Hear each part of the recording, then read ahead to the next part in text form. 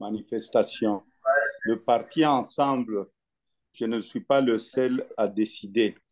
Nous allons nous réunir bientôt avec nos partenaires. Pour le moment, nous avions pris la décision de n'envoyer personne à l'Assemblée nationale. Bientôt, nous allons nous réunir et nous allons donner notre position officielle. Parce que parfois, on oublie, et nous sommes quand même chez nous en République démocratique du Congo, comment quelqu'un peut faire 73%, 73% dans une élection à un tour.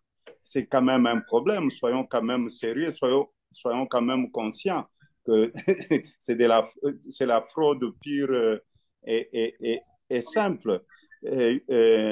En 2018, je fais la campagne de Martin Fayoulou, qui était numéro 4, qui avait gagné les élections avec plus de 60% de voix. C'était toujours, donc, c'est dans le même pays, la République démocratique du Congo, où nous avons une partie de Swahiliphone, Lingalaphone, nous avons le centre avec le Luba et nous avons aussi le Katanga, tout ça.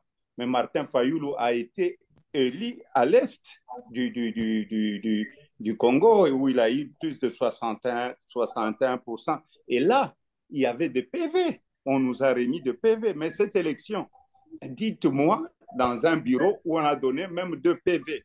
Hein, je vais être quand même très modeste. Moi, je crois la question n'est pas la participation à l'Assemblée provinciale.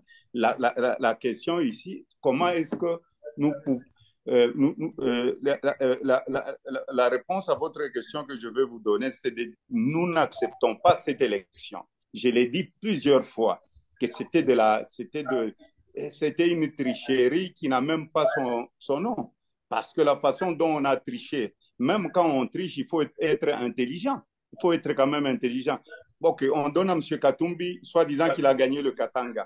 Mais quand vous regardez le pourcentage, les mêmes électeurs qui ont voté Katumbi ont voté les députés de l'Union sucrée. Soyons quand même sérieux. Pour nous, ce n'était pas des élections. M. Tshisekedi et M. Kadima ont voulu ridiculiser certaines personnes. Malheureusement, c'est eux qui sont ridicules et nous ne pouvons pas accepter ces résultats et ces élections. Merci. Merci. Le président Katumbi.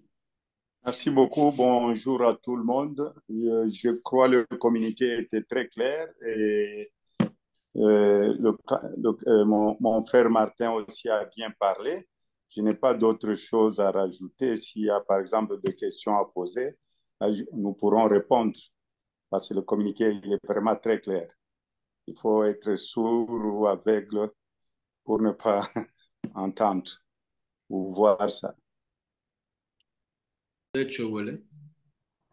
Vous appelez à manifester samedi, jour de l'investiture de M. Tshisekedi, lors de laquelle de nombreux officiels sont attendus. Où comptez-vous marcher? Avez-vous un parcours en tête? La réponse a été donnée. Il n'y a pas un parcours. C'est une manifestation, une résistance que d'aucuns pourraient qualifier de passive. C'est que chacun, là où il manifeste son mécontentement. Ceux qui seront en groupe pour organiser des marches, s'ils peuvent le faire, ils le feront.